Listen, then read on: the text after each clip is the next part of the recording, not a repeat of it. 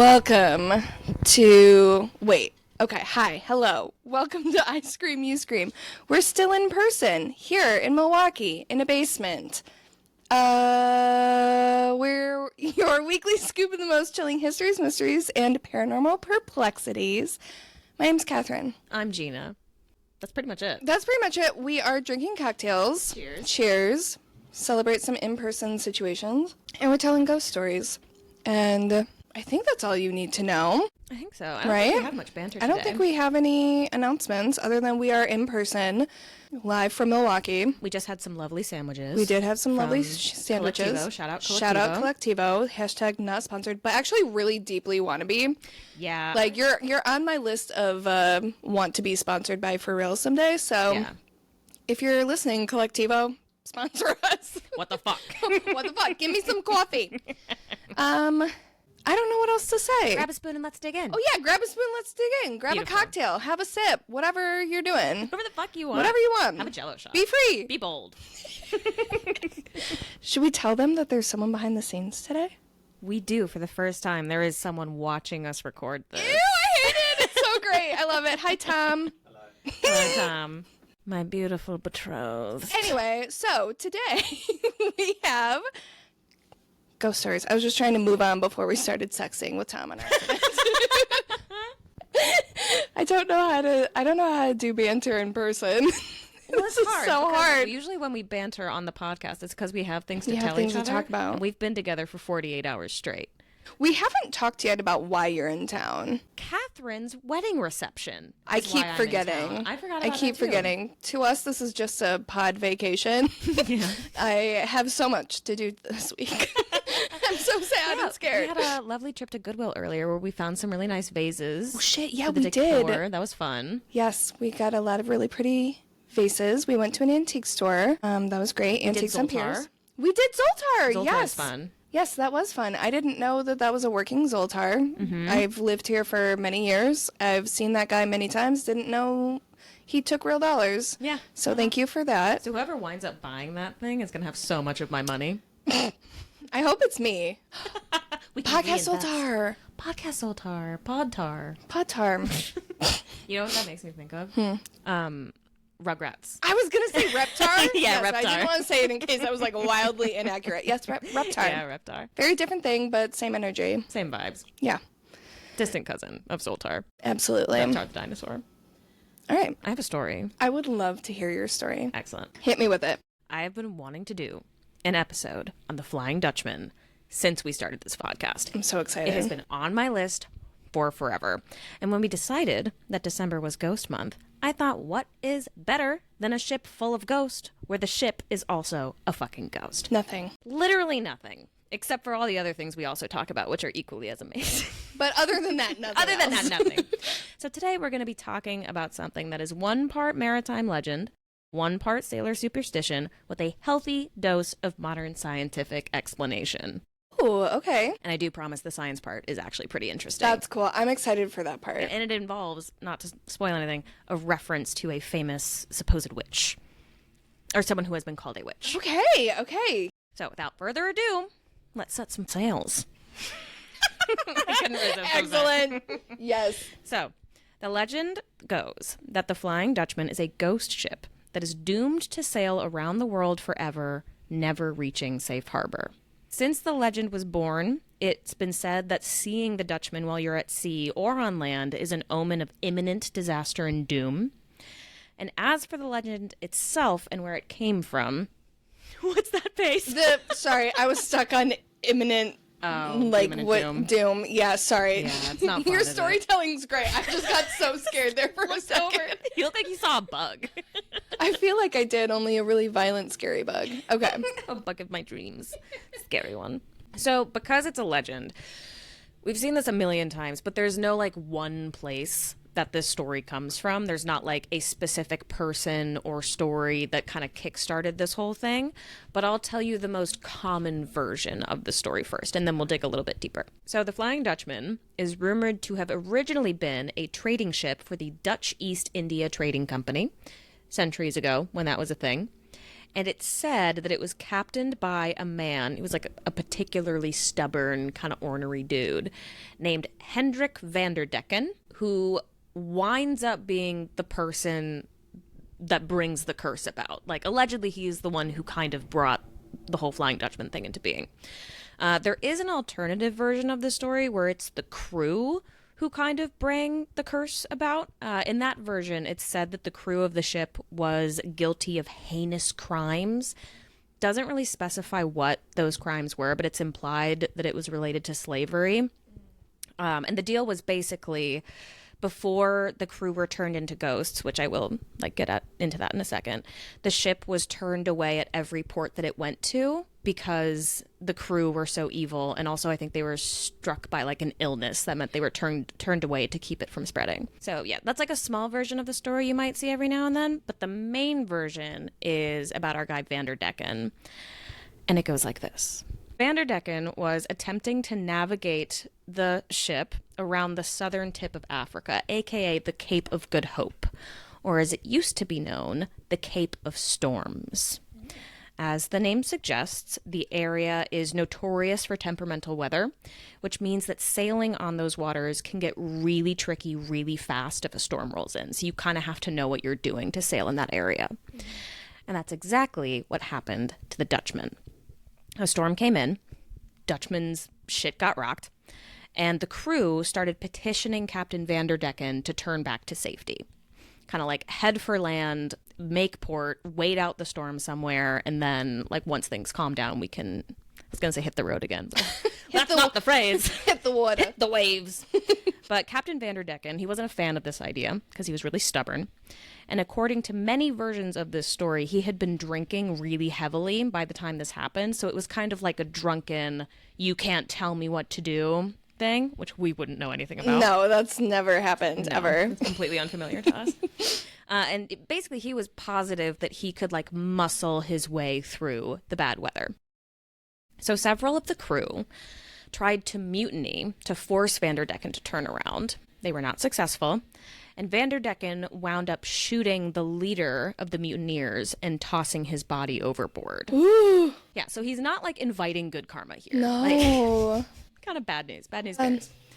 Van der Decken, again, refuses to turn back, and he said, quote, not a real quote because we don't know if this happened, but According to us, it's a direct quote. theoretical quote. May I be eternally damned if I do, though I should beat about here till the end of judgment. No, that's not what it says. Sorry.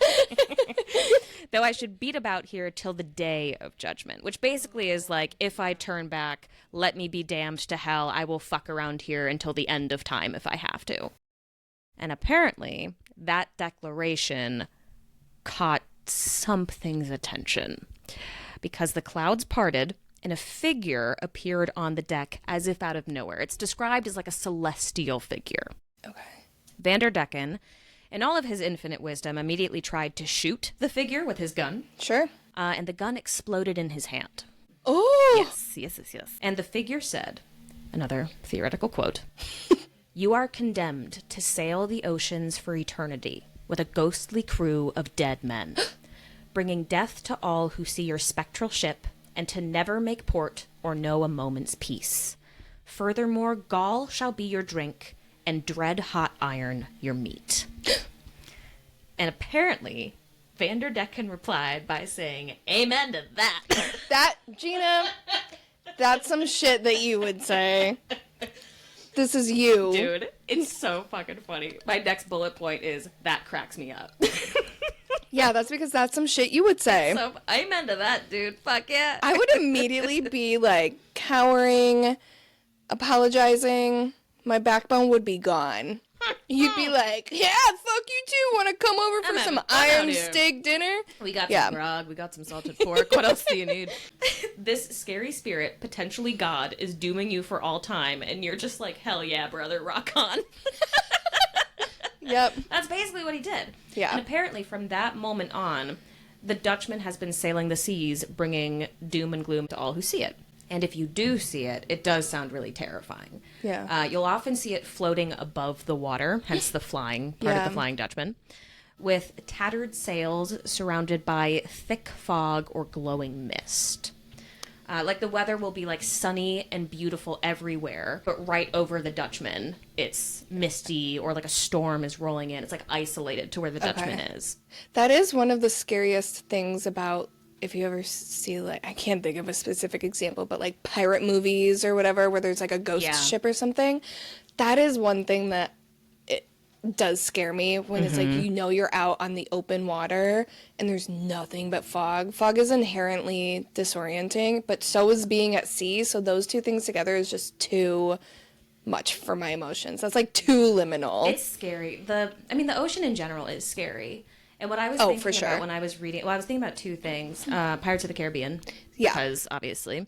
And then also, so the Assassin's Creed game franchise has a pirates game, basically, Black Flag. And there are ghost ships in it. And so you'll just be like sailing your little pirate ship through the waters. It'll suddenly get foggy. And then out of nowhere, a ship that's like 10 times the size of you, you'll just see its shadow start to come towards you. That's so scary. And even like it's a fucking video game and my heart drops into my butt. It's terrifying. Can we talk about the fact that it just got dark as you said that? I made that happen. You're really good at podcasting. You're really good podcaster. I'm practicing my weather control a lot. But yes, so this part is creepy too. Okay. If you let the ship get close enough to you, it's said that the Dutchman's crew might try and flag you down, and they'll try and give you letters that they've written to their family members to deliver. But it's said that accepting one of these letters is horrible luck. Sad. That's so sad. Like, all of their family members would be dead by now. So it's just... And they're like, if they see someone and they're like, oh, please get this to them, that feels very desperate. Yeah. It doesn't feel like they mean to curse you. And also, like, scary because you know damn well I would not be able to say no. Right. I'm really in danger of, like, getting cursed through, like, sadness. Okay. You know what I mean? You know those, like, shows and movies where it's, like, people have to be like, no, that's not really your mom. I, like, wouldn't be able to do that. Yeah, you know what I mean? Because what if? Yeah. But yes, bad luck letters, which kind of suck. But the Dutchman itself, it doesn't just, like, appear and give you bad luck and, like, ask you to be its mailman. It also apparently goes out of its way to lure ships off course to try and trick them into crashing into rocks or things like it's trying to shipwreck you. So it does, like, actively try to harm people. Sad. One thing that's not clear in the legends is if it's the ship doing it or if it's the crew / Vanderdecken doing it. Because that's part of the whole deal, is that the ship is just as cursed as the people on it. So there's a lot of vagueness in the legend. Oh, that's interesting. If it just got really bright, that was also my weather control. Yeah. Gina's the Flying Dutchman. It's me the whole time. I just become a boat. But, like, I'm still the same size, just a boat. You just, like, float out the window. Like one of those little kid boats. But yeah. So like I said, we'll never know the true origins of this story, but there's a lot of speculation about where it could have come from. Interestingly, I thought this was such a fun way to view this legend. A lot of people think that it's a branch of the Odyssey. Like, retellings of the Odyssey over millennia have transformed into the Flying Dutchman we know today. Because and it makes sense to me because there are parallels in the story. Like, I would never make that connection on my own, though. But it makes sense. Personally, it does. Like a ship, cursed by a god, doomed to sail and never be able to go home. Like, it totally tracks. It's just it's like displaced. That's interesting. Yeah. But, of course, this story isn't quite as old as the Odyssey is. The first printed reference to the Flying Dutchman was actually much more recent than I thought it was. It was only the 18th century that we saw the Dutchman being spoken about in print. And we suspect that the legend itself actually started before that, which would make sense. You talk about things before you write them down. And the reason why the 18th century here is so important is because that was the golden age of Dutch trading and sailing. And that was also when the Dutch East India Trading Company was regularly having to navigate the Cape of Good Hope. So it's possible that it started as a way of, like, a cautionary tale about the Cape of Good Hope and how dangerous it is to sail those waters. And that if you see a storm rolling in, Could be the Dutchman, might not be the Dutchman. Either way, don't fuck with it. Like, just get away from there if you can. Valid. But some historians also speculate that it could be based on the story of a real 17th century Dutch captain. I didn't look up how to say this name. Whatever you say is correct. Ber-NARD Fock. Yeah, that sounds right to me. Oh, no. I should have looked up how to say that. That's a hilarious name. Maybe it's Fokke. Wow. Happy Ghost Month, everyone. Love it. Okay, I'm going to start that sentence over again because I'm going to edit all of that. No, you have to keep it in. That was fantastic. Oh, I'm so embarrassed I didn't look up how to say this. I'm so sorry. I'll put the phonetic pronunciation in the show. Do it. Anyway, so Ber-NARD Fock worked for the Dutch East India Company, and his whole thing was that he could sail really, really quickly. Like a trip that would take most people 8 months, he could do in half the time. Wow. He was just really, really good at his job, and he was so good at it that there were rumors that he was in league with the devil. So it's possible that his story kind of fed into like a big game of sailor telephone where people would say, hey, have you heard about this crazy captain who's like working with the devil? And over time it changed and morphed and became a story of a crazy captain who doomed his whole crew kind of thing. So in more recent years though, like 19th century onward, that legend really exploded into all of the adaptations and the Pirates of the Caribbean movies and things like that we know now. It's only recently that it's become kind of like mainstream. Other people know about it, yeah. Most notably, in 1821, Blackwood's Edinburgh Magazine published a short story that basically wound up being the framework for the legend we know today. And everything that kind of came after that, all the modern stuff that we know, uses that short story as a springboard. There is one retelling of it, though, that I am particularly enchanted with because it is romantic. Ooh. It's in an opera. And in this version of the story, the captain of the Dutchman, same deal, like cursed to sail around forever, blah, blah, blah, blah. But he can break the curse by gaining a woman's love. Oh, I love that. Me too. I love a love story. I'm a sucker for that kind of thing. Love it. Especially ghost story plus love story plus a pirate ship plus this got like all the best stuff. Dude, I know. Any kind of like a Beauty and the Beast thing. Like if somebody loves you, the curse will be. I'm a sucker. Sign for me it. up. Like yeah, I'm just. There. I love it. I love it. So the deal was, in this one, that the captain would be allowed on land once every 7 years to try and win someone's heart. Oh, that's a long time. But not, yeah, it's like a long time in between stints. And I don't know how long he would be allowed to go on land for. So that's what I was going to ask. Yeah, okay. Yeah, I did not read the opera because I didn't have time, but I was curious about You that. didn't? No. Gina. I sang it in my shower and then I didn't. But if you've seen like the Pirates of the Caribbean movies, I'm pretty sure that's where they get that whole thing because that's an angle in one of them that Davy Jones quote, I think it's Davy Jones, can only come on land once ever. I don't remember that. Okay. It's like one of the later ones after the good bits. I was going to say, I watched that first one 400,000 times. That was during my Orlando Bloom phase, but I never watched any. Like, I know I saw the other ones, but I don't know how many there are anymore. An Orlando Bloom phase is a magical time in every girl's life. Every girl. I had pictures of him cut out of every magazine he appeared in, and it was like him and a few others. He's just but he was the gorgeous main man. one. Yeah. It's just beautiful. Yes. Anyway, what were we Hi, talking Tom. about? Anyway. Oh, yeah, Tom's still here. But not all stories about the Dutchman are grounded in fiction. Ooh. There have been and continue to be real reported sightings. In 1939, dozens of people on a beach in Cape Town reported seeing the Flying Dutchman sailing directly for the beach before it disappeared before their eyes. I love this. I have things I want to say, but I want to wait until you get to the science part because it's soon. Okay.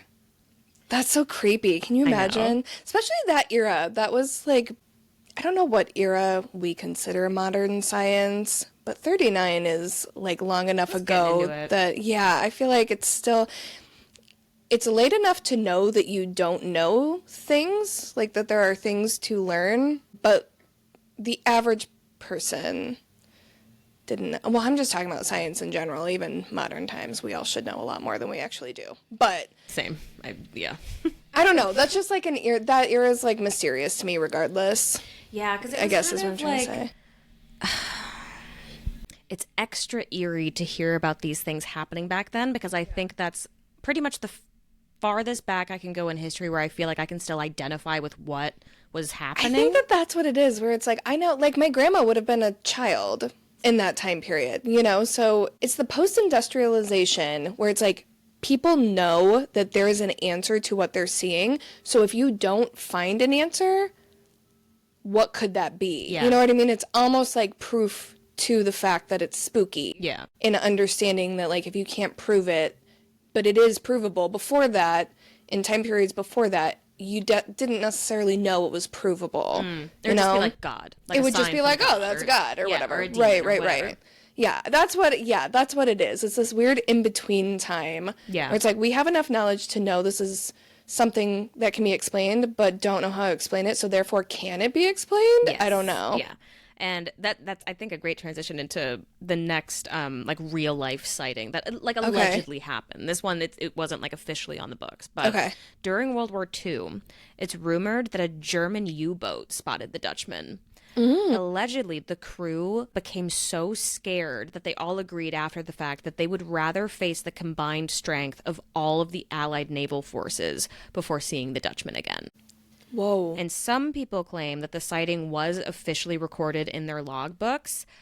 I couldn't find any proof of that, but I think it's very possible that it was omitted from the record, but the verbal story lives on. Because I looked a little bit into, like, the guy who would have been, commander is not the right word, but basically the person in charge of that specific U-boat, and he was known to be, like, a very no-nonsense. He doesn't seem like the kind of person who would let that into official record. Yeah. But I just think it's, like, you don't think about Nazis seeing the Flying Dutchman. That's bonkers. That is bonkers. Yeah. And for something, even for argument's sake, even if it wasn't the Flying Dutchman, for something to be so scary that you'd, like, rather be at war or whatever, like, that's gnarly. Yeah.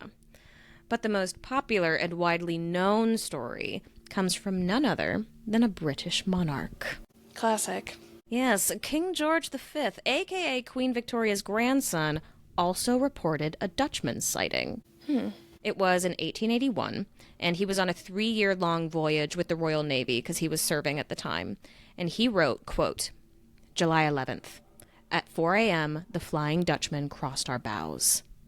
And he went on to describe the ship as being lit with a phantom red light. Oh. And when they drew closer to it, the ship disappeared completely into the night. According to him, there were 13 other witnesses to this.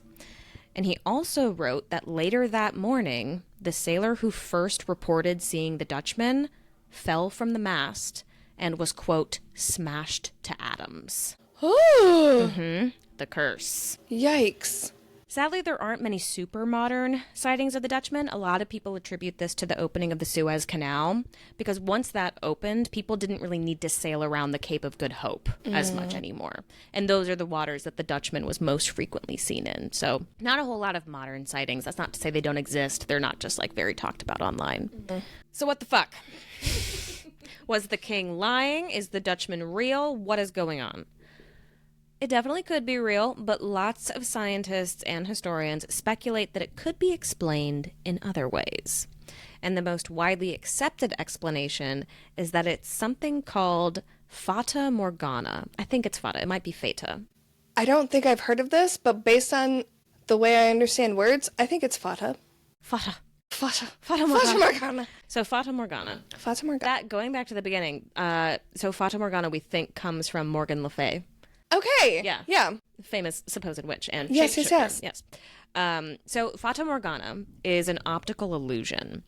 And the way that it works is very sciencey. My brain kind of fell out of my ears when I was trying to learn about it. I'll try to break it down, but we just kind of have to accept that this is a thing that exists, and who knows. Okay. So sometimes the air near the surface of, like, the water or the ground or whatever gets cold, but the air sitting on top is warm. You see it a lot, like, after a storm or really early in the morning. And when that happens, light basically just gets confused, and it starts letting the air bend it into different shapes because it doesn't know where to go. And that can make things appear elongated or distorted, or like an object is floating when it's not. Okay, so this is the thing I wanted to talk to you about, but I didn't know the name. I did not know that this is what it was called. I learned about this up near Lake Superior because there is, I'm going to butcher this, but I'm just going to pretend I know what I'm talking about. Okay. But this is real. There's like a lighthouse somewhere that you can technically see from somewhere, but it just looks like a weird cloud or like smudge on the surface of the water. Lake Superior is spooky as hell. We'll talk about it sometime. But I think it's that same phenomenon because it doesn't look like it's technically too far. Like you can't. Is that what? So that's, okay. Yeah. So it's like you technically cannot see this lighthouse, but it's kind of a combination of like what. Obviously everything you just said, but it's like the way it was explained to me in regards to this lighthouse was like your brain knows something is there, but like the combination of what your eyes are doing and what the light is supposed to do, they don't mesh. So it creates this thing that you're like that you think you're supposed to be seeing, but it's not actually what is there. Yeah. I didn't know that was the name of it. I wanted to bring this up when I saw you were doing Flying Dutchman because I figured that was probably going to be part of it, but I'm like, I don't know how to explain any of it. It's so hard to fucking explain. Like, so hard how to it explain. Actually works. Like it just sounds like magic. And I'm like, okay, how the fuck am I supposed to trust anything I'm actually seeing? What do you mean my eyes don't know what the light is doing and the light is confused? What does that mean? That's what blows my mind about like the maritime part of this. Yeah. Because like a lot of the Flying Dutchman spottings, we think that it might have been like, okay, you're on a boat, middle of the ocean, you can see the horizon. The air is doing the weird fucking thing. There is a ship past the horizon that you cannot see. But because Fata Morgana is a thing, that ship basically gets reflected or refracted or whatever the word is, like projected into something that you can see. Like you can't see it, but you can? Yes. And that's why when you get closer, it disappears because the temperature between the layers of air changes. And so it seems like it just goes into thin air. But in reality, it's just a ship that's too far away for you to see. That's so wild, fucked up. Yeah, right? It's so wild. So that's part of it. But what about the glowing? That could be Fata Morgana as well, because it's the refracted light we think of a sunrise or a sunset.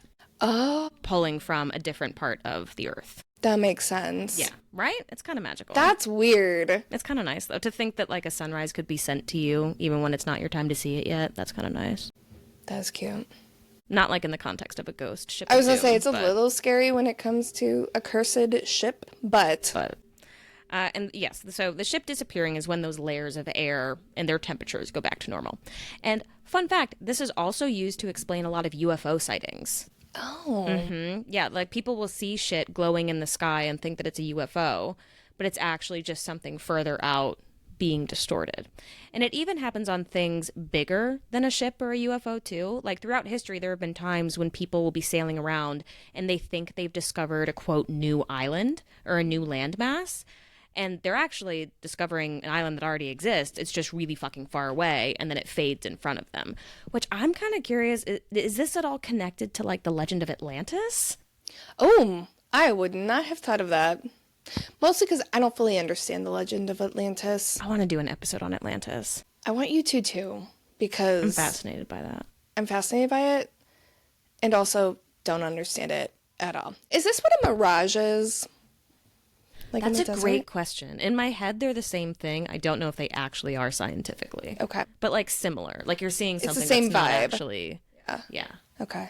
Yeah, I don't Interesting. know. I'm not sure. All right. But sailors in particular are super susceptible to this kind of thing because they work super long hours. The horizon changes constantly, and weather conditions mean that those layers of air get fucked up all the time. So seeing the Dutchman wasn't like a one-off thing that you would hear about every now and again. It was like there were plenty of people who claimed to have seen it, and often it would be corroborated by their shipmates who saw the same thing.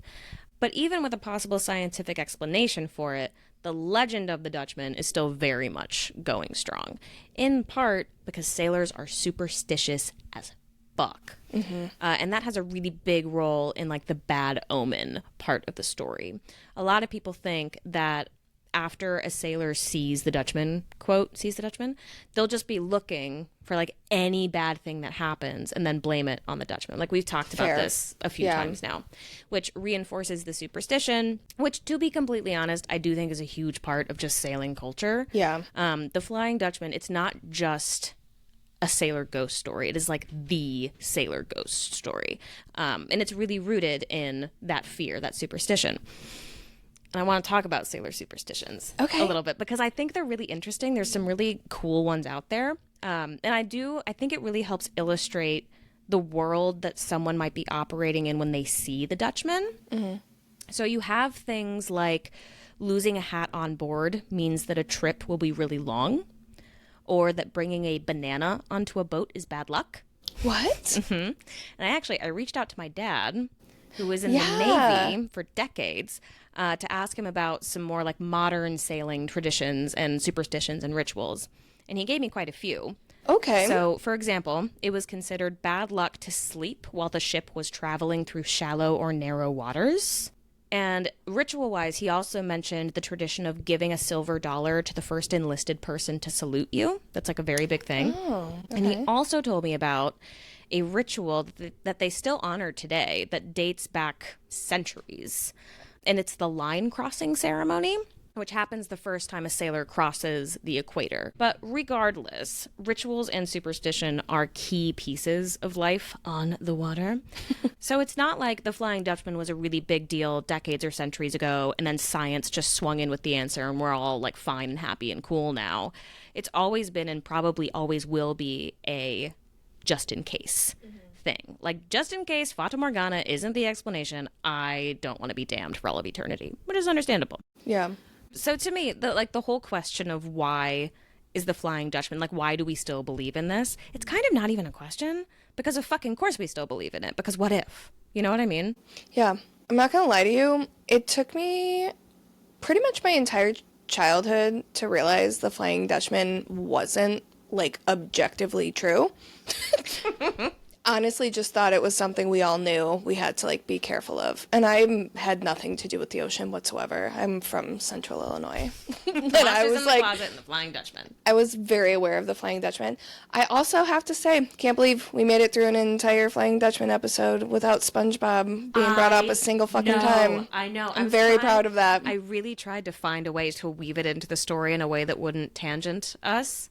Don't worry, I'm here to tangent us. Well, now we're at the end, so we can talk about it as much as we want. I'm very proud of you for not bringing it up a single time, because that's how I like learned about the Flying Dutchman. Same. I think that's how a lot of people our age learned about the Flying Dutchman. Yeah. Like, I think I had like tangentially heard of it or whatever, just because I love like mermaid stories and stuff. Yeah. So I read a lot of like I'm like a scholarly child.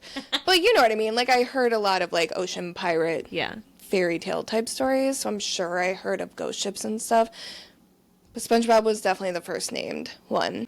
I always think about the episode where they have pie bombs, because I'm pretty sure that was a Flying Dutchman episode. I think it might have been the first Flying Dutchman episode. Okay. I don't remember any of them specifically. I just know I remember the way he looked. He was very angular. The pirate, the green pirate guy. Yeah. Well, that was fascinating. I'm happy I know the name of that.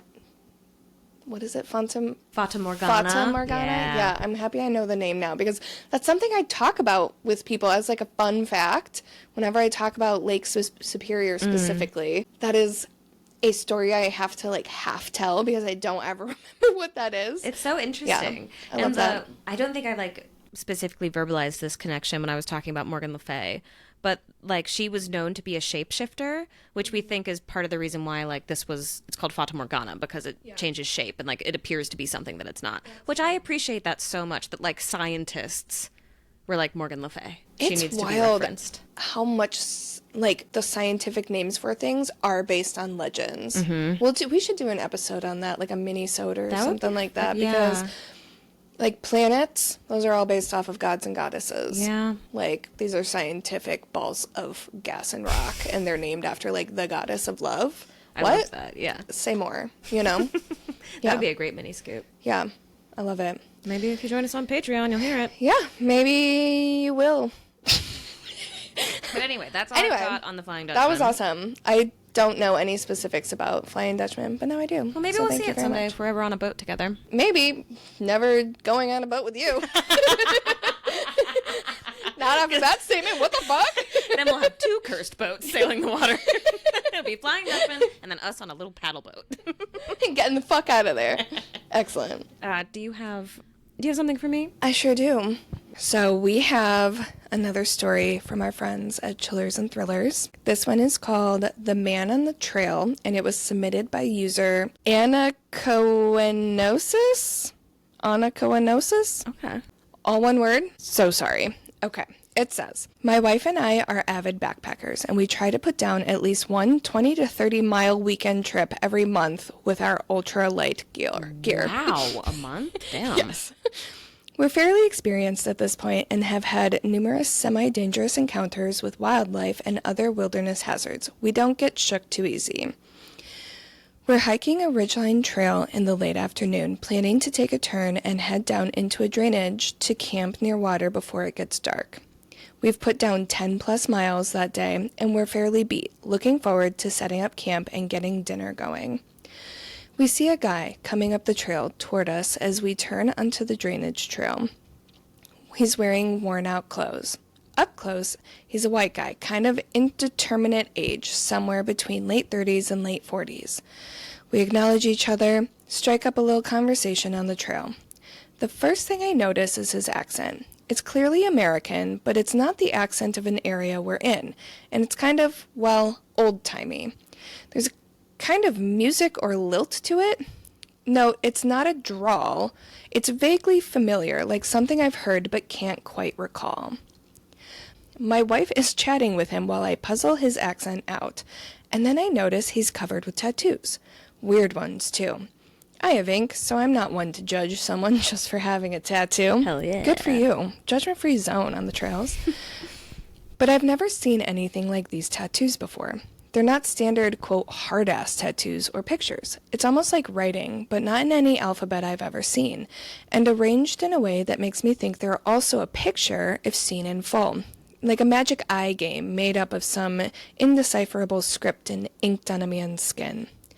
I'm now getting an itchy something is very wrong here feeling from this guy when I hear him say to my wife, "There's a great campsite down by the stream. Lots of campers have used it." I realize that we're an hour from sundown and at least 10 miles from anything, and this guy has nothing with him. Not a backpack, not a water bottle. No warm layer. It's autumn and we're rather high up in elevation. Just the clothes on his back, none of which have anything distinguishing about them. No logos or visible brands or of any kind, and quite worn down. He's about to get overnighted on the trail without any gear of any kind, and only the one campsite within 6 miles of where we're standing. I hear my wife say, "That's where we're going to camp. Thanks for the suggestion." And he smiles at us. His teeth are pointed. Okay, but you know what? That's a body mod. You can get that's fine. It sure is. It sure is. It says, I assume they were filed, and curved inward toward the back of his mouth. That doesn't sound like a body modification. Yeah, that's making my mouth hurt. I don't mean they were just his incisors. I mean his front teeth on both top and bottom. I nod my agreement and say, enjoy the rest of your hike, and then we continue on. In another mile or two, we get down to the stream, and the campsite is lovely. Beautiful green grass about 3 inches high, flat, dry, and easy water access. However, there's no sign that anyone has camped here in a very long time. As we're looking it over, we find there are tons of stakes in the ground. You'll usually find a stake or two at high-traffic campsites just because people forget them when they're packing up camp in the morning. We found more than 10 of wildly different ages and designs, some old school and rusty, others new and shiny, but none of the grass is bent or broken except where we've stepped in checking this site. Wordlessly, we both shouldered our packs and hiked another, thankfully flat and easy, 6 or 7 miles to the next site. I'm neither spiritual nor superstitious, and I've never had any other experience that filled me with such a sense of unexplainable fear or impending doom the way this one did. Dude. I know. While camping. This is why I don't fucking go camping. Similar vibes to Dutchman, though, honestly. Yes, like, yes. Middle of summer where there is not help around you. You're like, whatever you've got is what you've got. That's it. And if you're fucked, you're fucked. There's nothing you can do. Yeah. And pointy teeth. Like, it's a cool body modification. It does scare the shit out of me. Yeah. And, like, my teeth are sensitive. Mine too. I know. My mouth is watering. We gotta move on. I don't do teeth. No. Sorry. I love it for all of you that have shaved teeth. That's so great. But I'm glad that the interaction seemed positive, though. Like, it didn't seem like he was threatening. no, because I think he was trying to lure them. Oh, that's a good point. I would fall for it. You would fall Oh for my it. This God. is why I don't go camping. Jesus. No, because he was trying to get them to go to that campsite where, like, weird shit has happened. I was like, what a helpful guy. You're like, wow, he's so nice. Great. What do your tattoos say? You know what? It's good to know that I'm like this. You know what I mean? Because then I can work on it. If I do. That only counts if you're someone who works on it. Maybe I will be someday. I am almost Someday. 30. Listen, cheers. All right. That's all we have for you today. Thank you so much for tuning in. If you have a story that you would like to share with us, please send it to iscreamyouscreampod@gmail.com. And just as a reminder, we are still sending out stickers for anyone who leaves us a review wherever you listen. And yeah, until next time, Little Spoons, keep it cool. Keep it creepy. Excellent. Done. Oh my God, thank you. Wow. Thank you. Our first live show. You're welcome.